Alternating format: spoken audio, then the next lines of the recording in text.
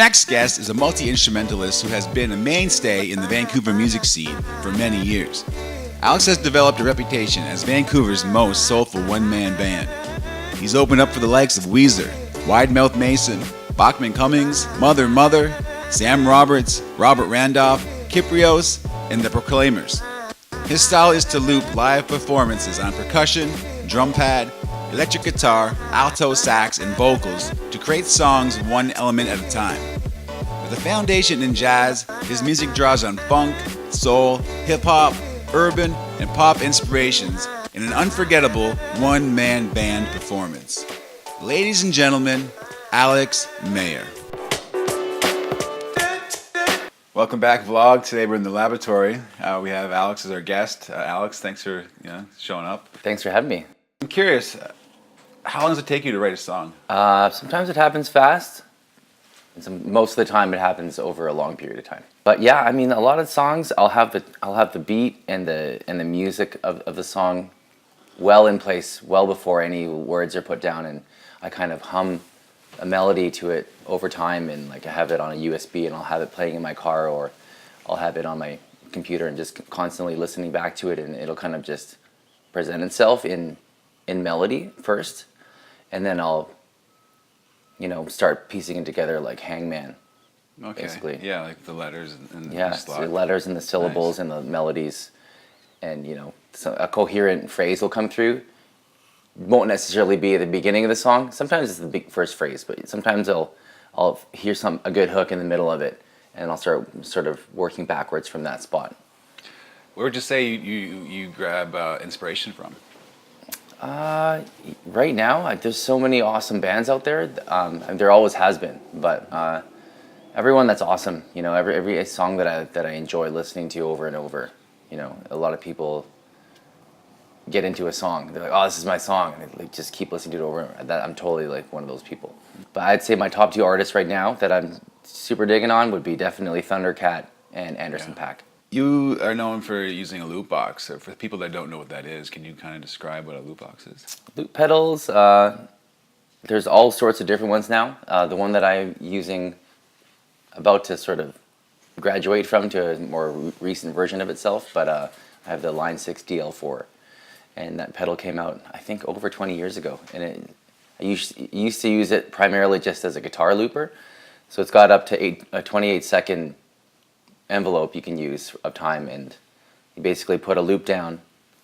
So you record something for 4 bars, and then you hit loop right as it's coming around, and you have to be pretty much on it with the time. So if it's like a guitar part, you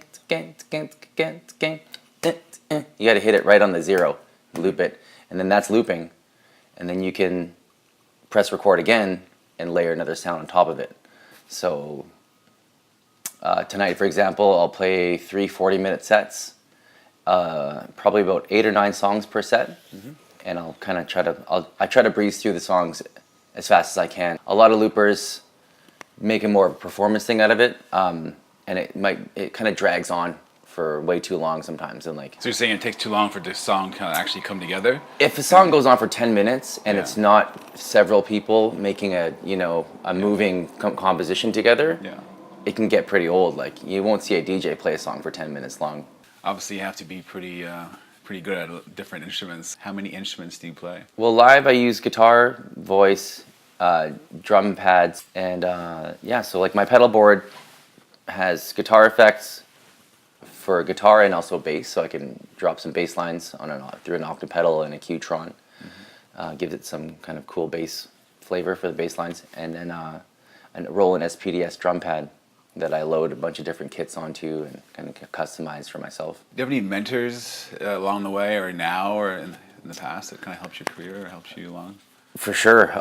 So many, countless actually, but I took private lessons on sax. I had a few different teachers. I had a really strong high school jazz program. I had a great teacher there as well. A really good friend of mine who used to date my sister, his name's Max Graham. He's a pretty well-known kind of techno-trance progressive DJ. He gave me this hard drive with like 40 gigabytes of samples that he collected over the years on it. It took me like 2 years to even listen to all of it. but I used a ton of it in the first 2 records that I did in 2004. What are your thoughts on electronic music, or how does it help someone like a musician like yourself? I would love to be able to just exclusively work in a Neve console with 2-inch tape and all that good stuff, you know. But who has that kind of money? No one. So. Well, still, it allows it makes life easier, but it doesn't. It really separates the good from the bad as well. Because now anyone can record in their house, but For sure. you still have to be, good.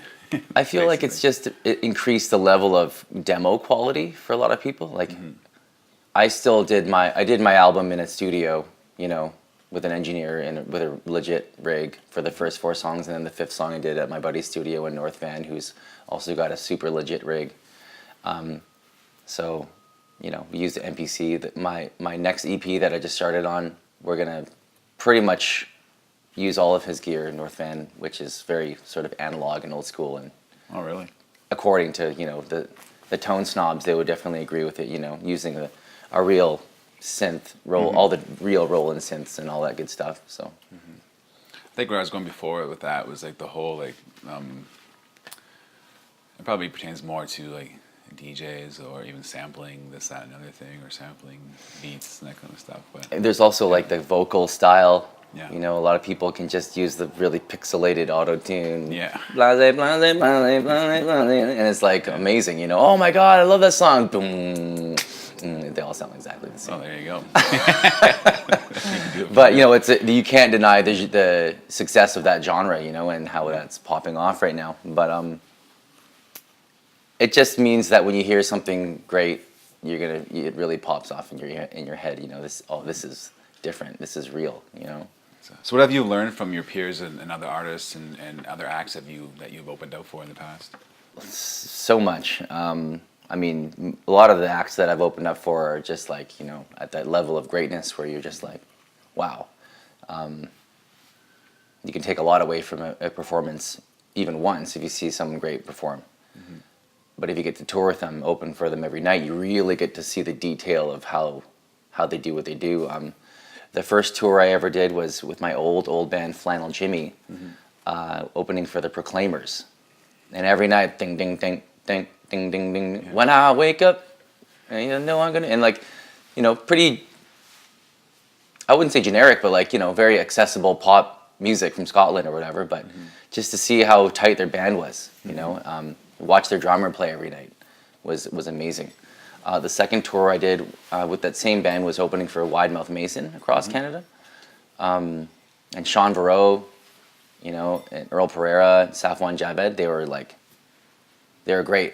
There was actually a song I downloaded off of, I think it was Napster when I was going to UBC, and it was like the cover of their version of Superstition by Stevie Wonder. Yeah, I heard that. It's really and good, it was just like, oh, this is awesome. And then a year later, we were opening for them across country. I was like, it was a really great thing, and getting to know those guys and getting to see how they performed every night was a real educational experience. Do you have any tips for other musicians that want to start a career or a life in music? Yeah, there's a dude that showed up at my gig on Thursday last week at Prohibition, and I've seen him posting videos of himself busking with a keyboard and some beats or whatever at SkyTrain stations.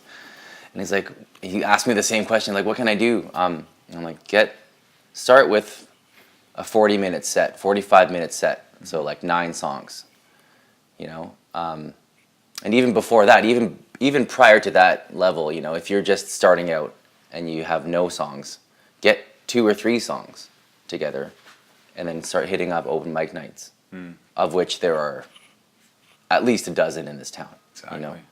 Is that your go-to, you think? Sax? Is that your favorite? Or is guitar? My favorite to play is drums. Drums? And I don't even own a drum kit. I have a Roland SPDS drum pad, which I actually really dig. There's this website called Splice, and you can cruise through thousands of samples and pick up all these wicked kicks and snares and hi-hat samples and download them and map them to your drum pad and loop them up. But nothing makes me more satisfied is when I'm playing just a drum, simple drum beat behind whoever, What got you into music? My dad played music for us as we were young kids growing up all the time, all the stuff that he grew up on and my mom grew up on in the 50s, 60s, 70s, Beatles,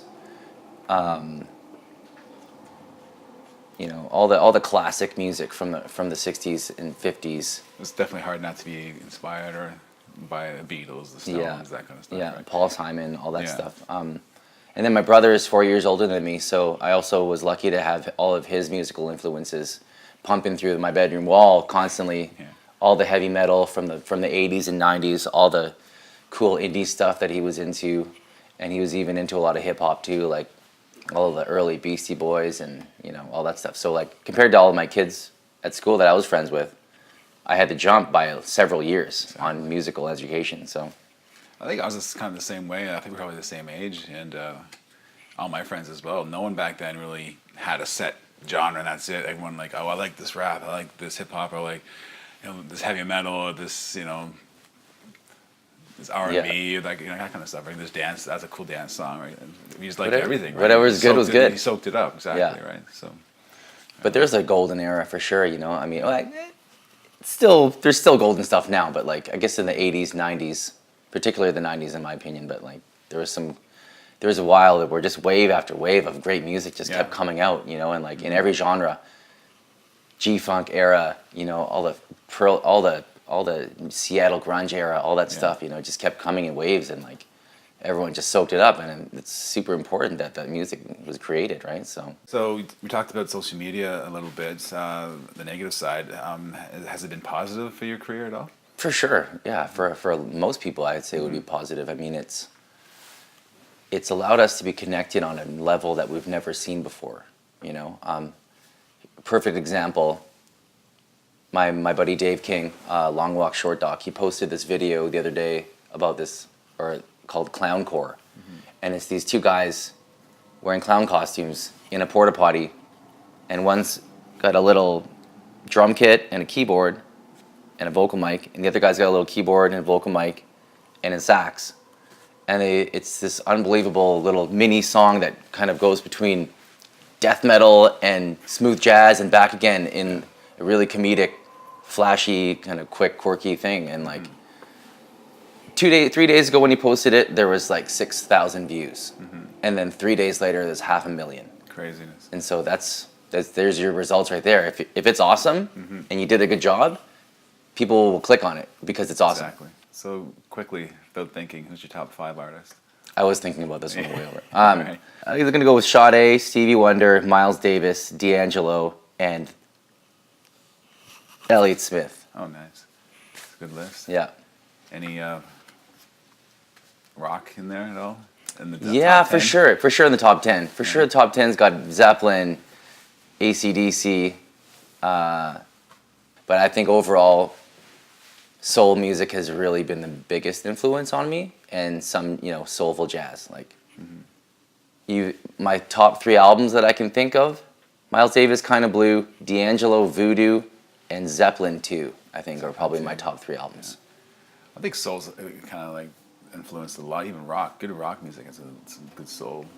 Zeppelin was basically a blues band. Yeah, 100%. You know, Doors.